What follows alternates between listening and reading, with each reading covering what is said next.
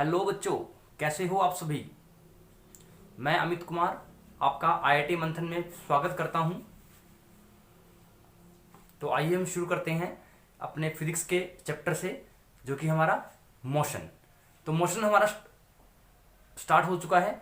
तो मोशन में हमने अभी सर्कुलर मोशन पढ़ा है, लीनियर मोशन पढ़ा है। तो हमने बहुत सारी इक्वेशंस ऑफ मोशंस भी निकाली हैं। तो हमने 3 इक्वेशन ऑफ मोशन पहले लीनियर मोशन में निकाली, फिर 3 हमने सर्कुलर मोशन में निकाली, फिर उनको हमने कंपेयर किया एक दूसरे के साथ। तो हमें पता लगा कि क्या क्या क्वांटिटी कहाँ कहाँ किस किस मोशन में सेम है और क्या चीज़ें अलग अलग हैं। ठीक है, जैसे लीनियर मोशन में लीनियर वेलोसिटी है, सर्कुलर मोशन में एंगुलर वेलोसिटी है, लीनियर एक्सीलरेशन है, एंगुलर एक्सीलरेशन है। तो उधर लीनियर वेलोसिटी की यूनिट आपकी मीटर पर सेकंड है, इधर आपकी एंगुलर वेलोसिटी की यूनिट क्या है, रेडियन पर सेकंड है, क्योंकि एंगुलर डिस्प्लेसमेंट हमेशा रेडियन में होता है और जो आपका लीनियर डिस्प्लेसमेंट है वो आपका हमेशा मीटर या सेंटीमीटर में होता है। इधर आपका लीनियर एक्सीलरेशन की यूनिट आपकी होती है मीटर पर सेकंड स्क्वायर। इसी तरह यहां पर एंगुलर एक्सीलरेशन की यूनिट आपकी जो है वो रेडियन पर सेकंड स्क्वायर है।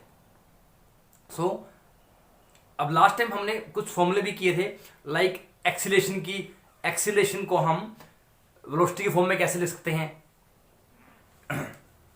For example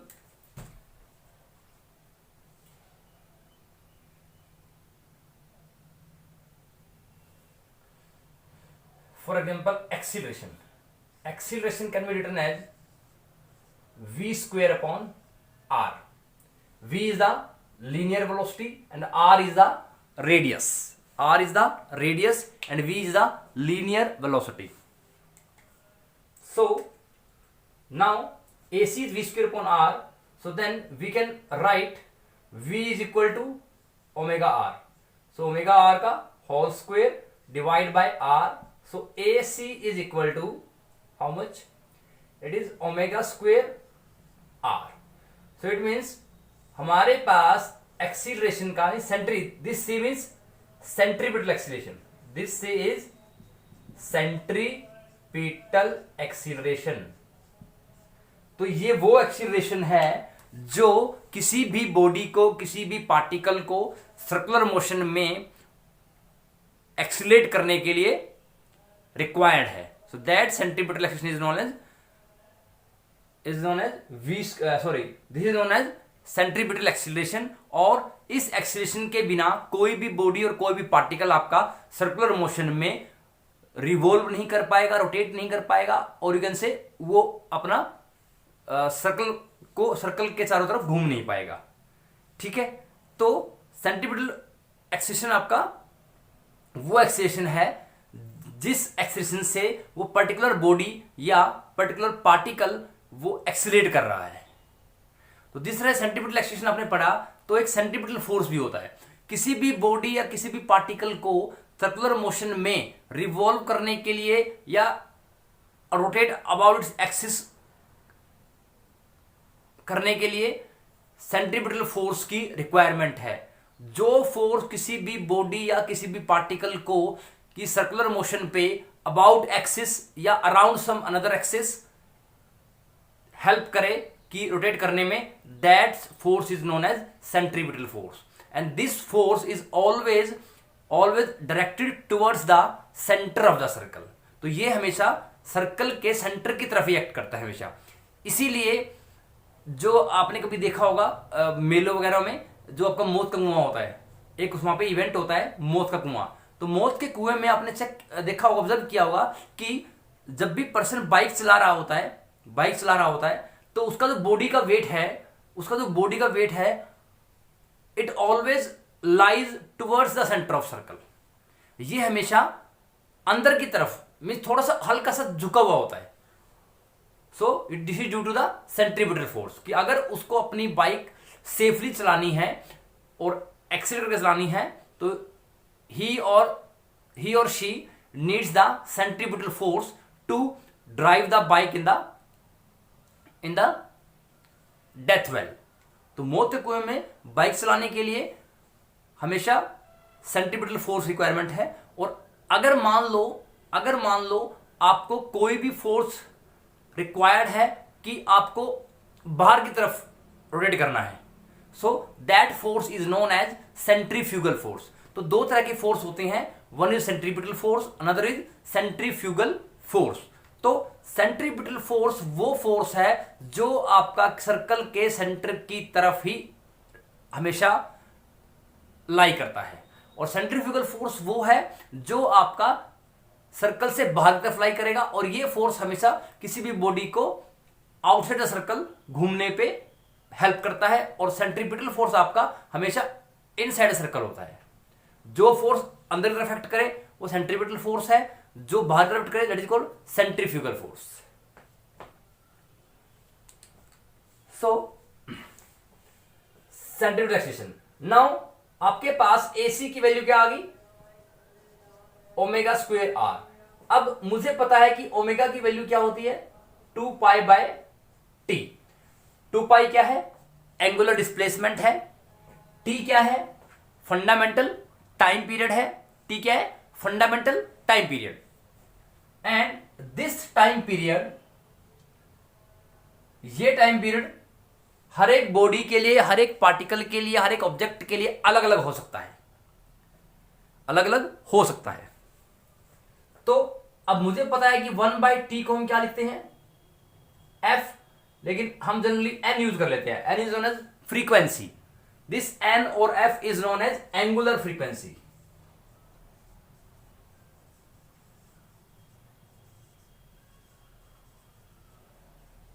angular frequency, so it is 2 pi n, so omega square 2 pi n का whole square into r, this is centripetal acceleration, and centripetal acceleration will be equal to 2 का square 4 pi square n square into r। So this is in terms of frequency, angular frequency. Similarly अगर मैं इसको लिखना चाहूं तो यहां पर ये स्टेप है AC का मीटर है 2 पाई बाय टी का स्क्वायर इंटू आर। तो यहां से मैं लिख सकता हूं AC is also equal to 4 pi square by T square into R. So अब मेरे पास सेंट्रीपिटल एक्सेलरेशन के 3 फॉर्मूले आ गए हैं। एक मेरा वो फॉर्मूला है जो कि सेंट्रीपिटल एक्सेलरेशन को रिलेट कर रहा है रेडियस और एंगुलर वेलोसिटी के साथ। एक मेरा फॉर्मूला जो मेरा सेंट्रीपिटल एक्सेलरेशन को रिलेट कर रहा है एंगुलर फ्रीक्वेंसी के साथ। तीसरा मेरा फॉर्मूला जो रिलेट कर रहा है सेंट्रीपिटल एक्सेलरेशन को किससे, फंडामेंटल टाइम पीरियड के साथ। So in this way we are having the 3 formula to find the centripetal acceleration by using angular velocity, by using angular frequency, or by using time period. So let us try some numericals.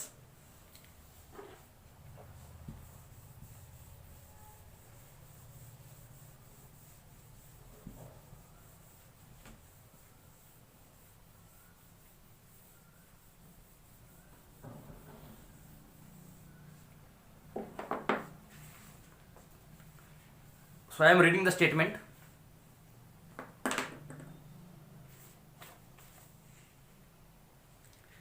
A cycle wheel of radius 4 meter completes 1 revolution in 2 seconds. Then the acceleration of the cycle will be. तो क्या कह रहा है कि एक cycle का wheel है जिसकी रेडियस 4 मीटर है और वो एक रेवोल्यूशन 2 सेकंड में कंप्लीट कर रहा है, तो आपको उसका एक्सीलरेशन निकालना है। तो क्या गिवन है, एक साइकिल है, उस साइकिल के व्हील का रेडियस कितना है, 4 मीटर है, और वो साइकिल एक रेवोल्यूशन पूरा कर रही है 2 सेकंड में। तो क्या गिवन है लिख लेते हैं, गिवन। सो गिवन क्या है आपको, radius of wheel of the cycle क्या दिया हुआ है, that is 4 metre, it is 4 metre. तो आपको साइकिल के पहिए का रेडियस क्या दिया हुआ है, 4 मीटर दिया हुआ है। और ये साइकिल मान लीजिए ऐसा कुछ है, सो साइकिल का पहिया ऐसा होता है बीच में से,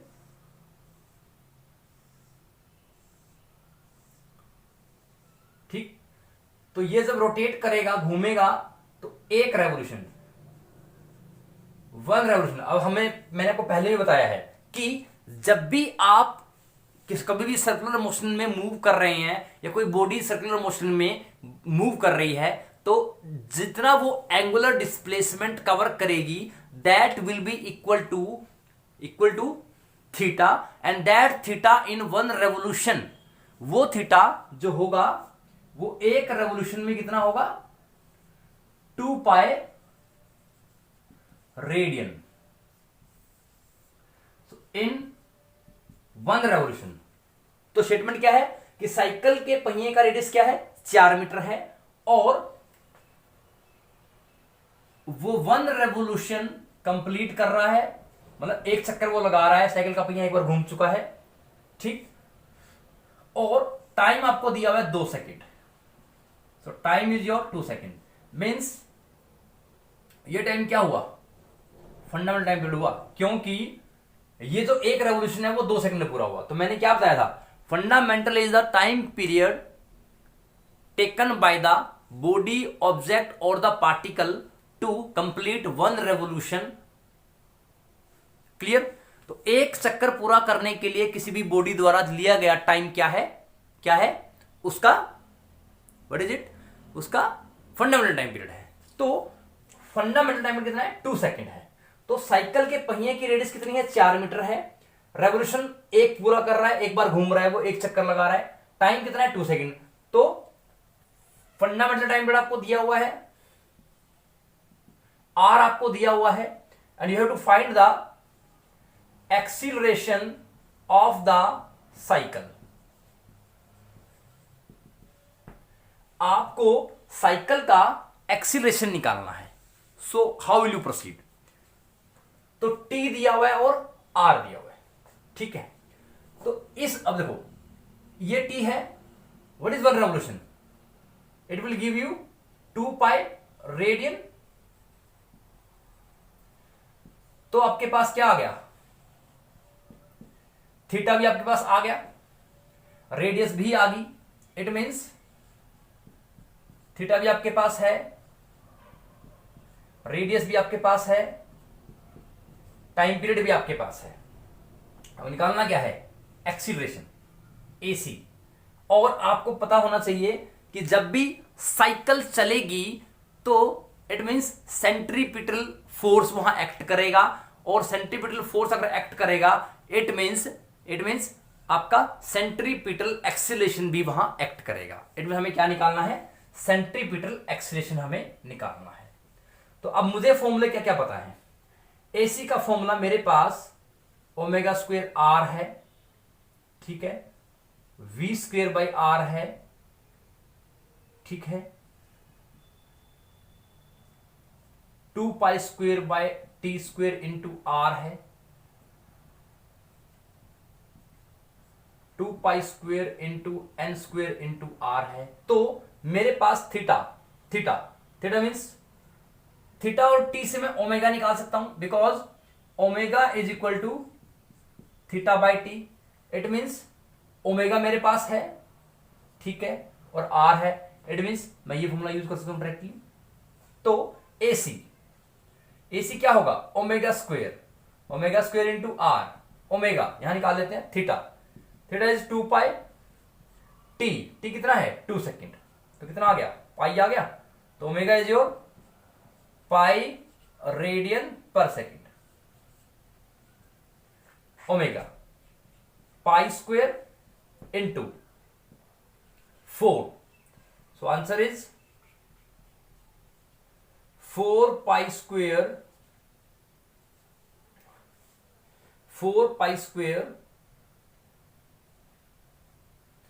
radian. So just wait a minute.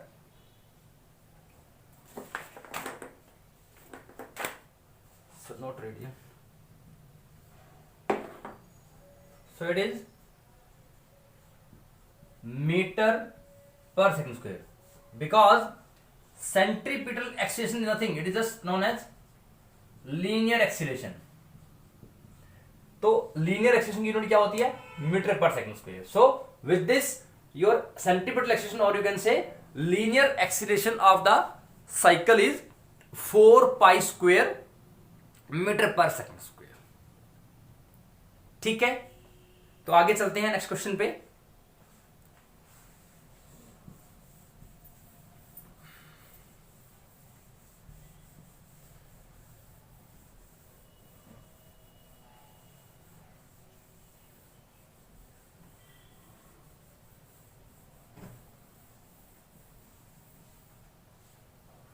Next question जी, नेक्स्ट क्वेश्चन है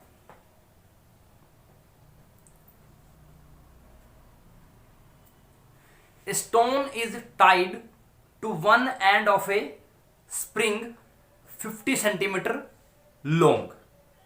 वो कह रहा है कि आपने एक पत्थर को एक 50 सेंटीमीटर लंबे स्प्रिंग के एंड पे बांध दिया, ठीक है, और उस स्प्रिंग को आपने एक सर्कल में कांस्टेंट स्पीड से आपको घुमाया। मतलब आप ये समझ लीजिए, जैसे हम जनरली क्या करते हैं, एक रस्सी के एक किनारे पे हम क्या बांध लेते हैं, पत्थर बांध लेते हैं और हम उसे ऐसे घुमाते रहते हैं, like this, see like this, ऐसे घुमाते रहते हैं। तो स्टार्टिंग में हम उस पर थोड़ा सा जोर लगाते हैं, लेकिन कुछ देर बाद अगर हम अपना फोर्स लगाना छोड़ दें तो वो ऑटोमेटिकली घूमता रहता है।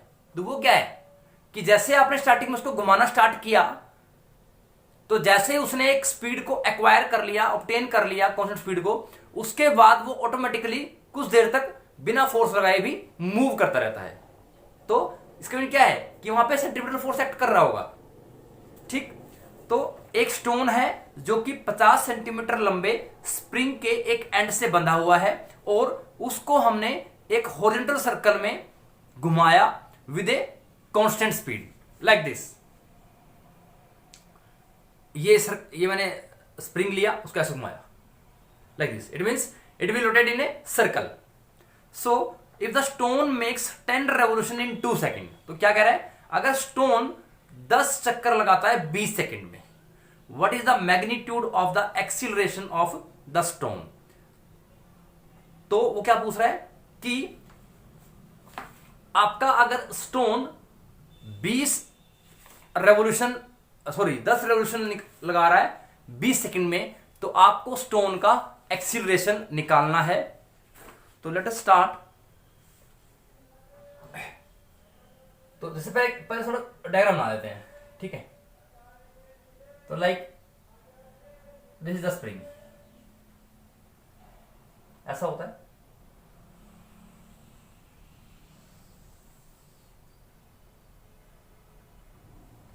ये सेंटर है, मान लिया सेंटर है, ठीक है। और यहां पर हमने स्टोन बांध दिया। अभी हमने stone, this is your stone. तो पर्सन यहां खड़ा है, जैसे मैं यहां खड़ा हूं, ये पॉइंट क्या है, ये वाला है, ये वाला, see this is the point. तो ये स्प्रिंग बना हुआ है, तो मैंने यहां पर ऐसे फोर्स लगाया, तो स्प्रिंग ऐसे घूमेगा, तो it will start revolving in the circle with a constant speed. तो कुछ देर बाद जब मैं फोर्स नहीं भी लगाऊंगा तो ऐसे घूमता रहेगा, ऐसे घूमता रहेगा। तो वो कह रहा है कि जो स्प्रिंग है जिसके इस एंड पे स्टोन बंधा हुआ है, और इस स्प्रिंग की लेंथ कितनी है, 50 सेंटीमीटर। इसका मतलब क्या हुआ, ये क्या हो गया, दिस इज योर रेडियस। क्या बन गया, रेडियस बन गया। इट मींस जो स्प्रिंग की लेंथ आपको दी हुई है वो क्या होगी यहां पर, वो आपकी यहां पर रेडियस ऑफ द सर्कल होगी।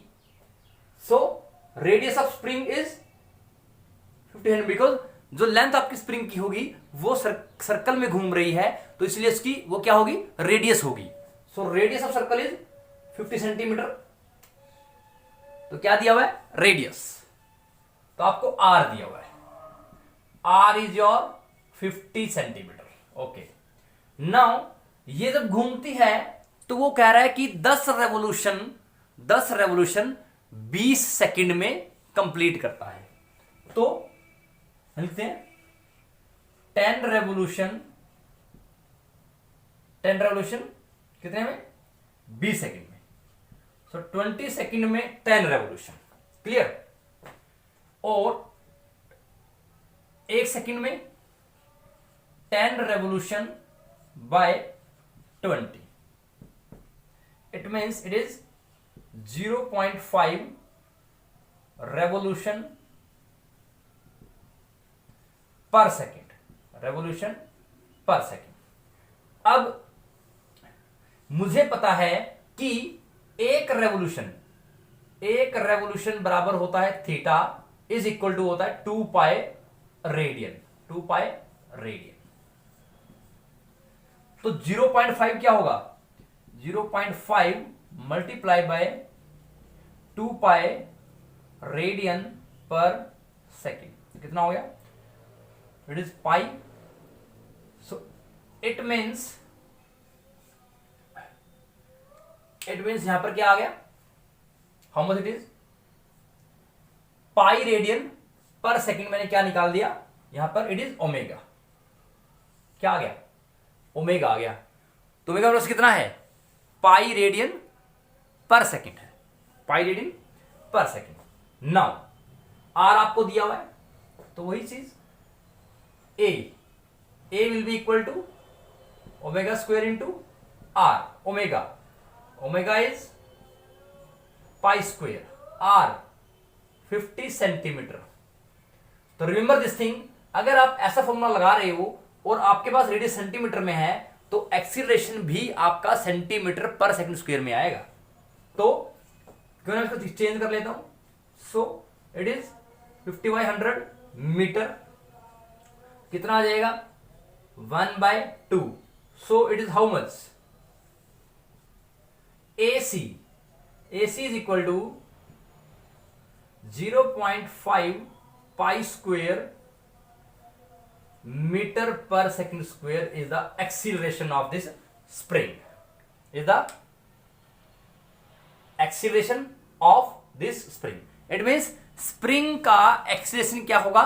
0.5 centimetre metre per second square. तो आपको क्या दिया हुआ था? आपको एक स्प्रिंग की लेंथ दी हुई है जो कि 50 सेंटीमीटर है। तो कितनी है वो लेंथ?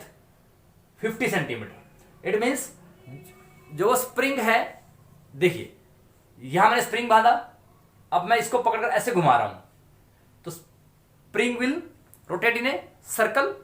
तो वो कह रहा है कि जब मैंने उस स्प्रिंग के एक सिरे पे एक पत्थर बांधा हुआ है और जब मैं उस स्प्रिंग को घुमा रहा हूं, it will revolve in a circle with a constant speed.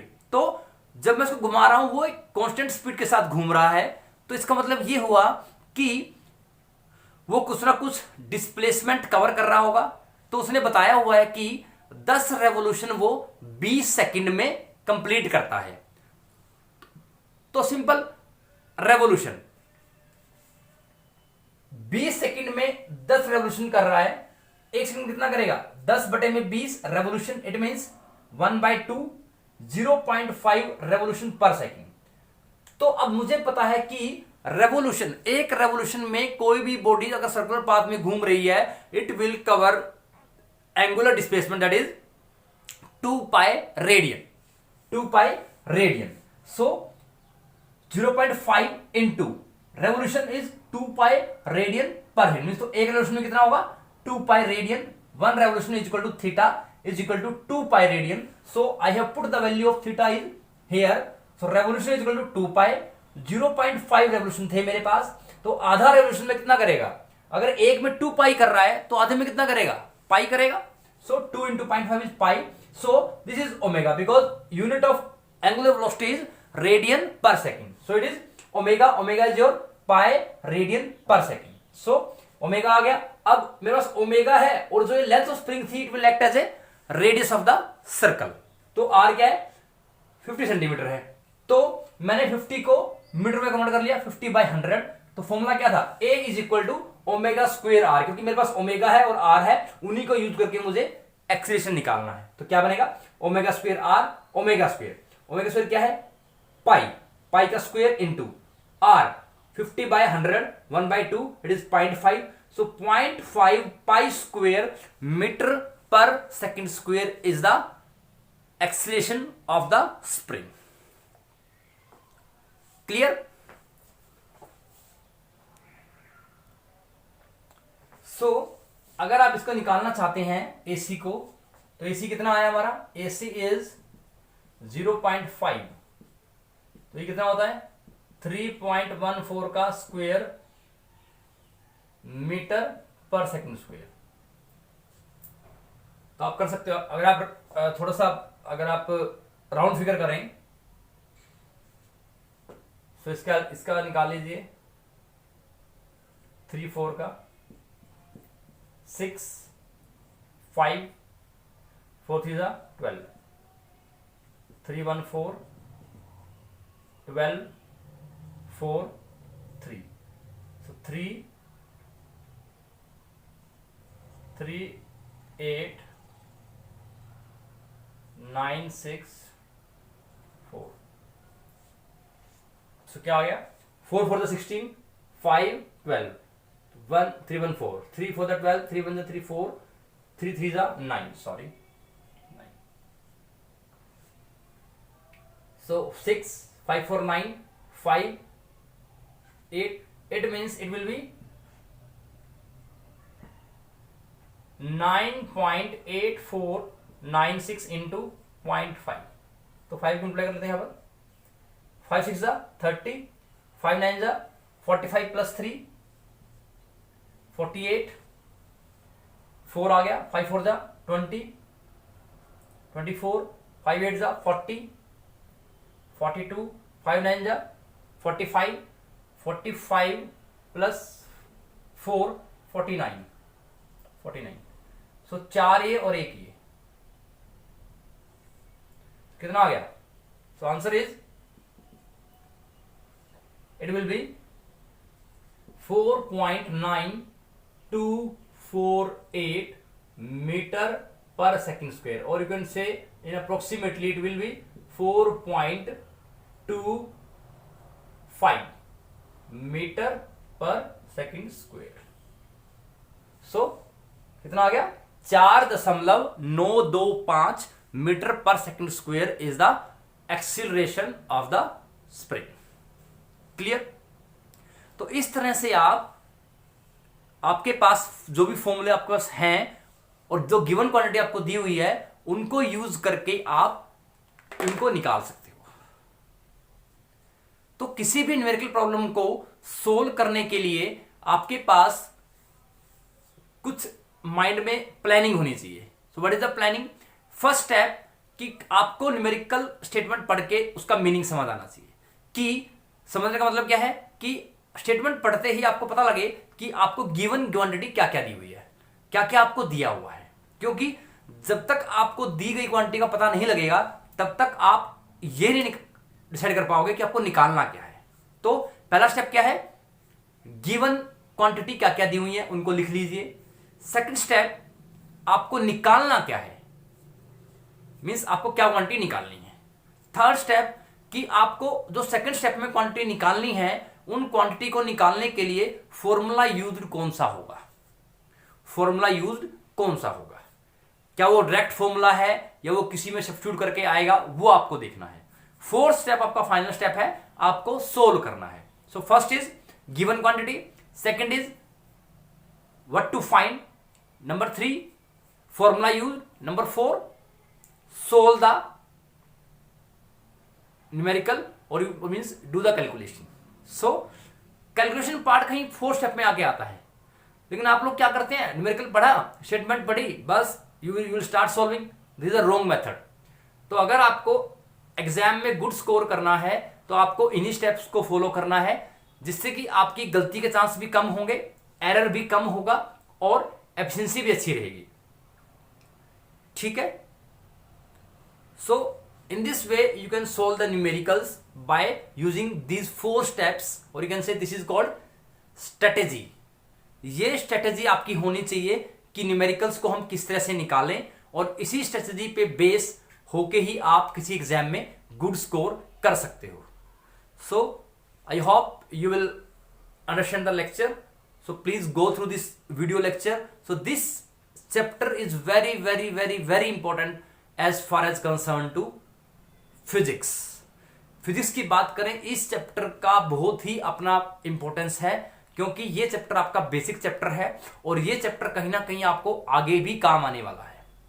तो please don't try to leave this chapter, because अभी स्टार्टिंग है. अभी आप इसको कर सकते हो साथ साथ, क्योंकि अभी आपको जो प्रॉब्लम आएंगी, मैं समझ सकता हूं कि थोड़ा मुश्किल होता है बच्चों के लिए ऑनलाइन वीडियो को देखकर समझना, लेकिन फिर भी हम अपना पूरा एफर्ट कर रहे हैं कि आपको अच्छी तरह से समझ आए. इसीलिए हम थोड़ा करवा रहे हैं, लेकिन अच्छी तरह से करवा रहे हैं, क्योंकि अगर एकदम हम ज्यादा करवा देंगे तो आप उसको समझ भी नहीं पाएंगे.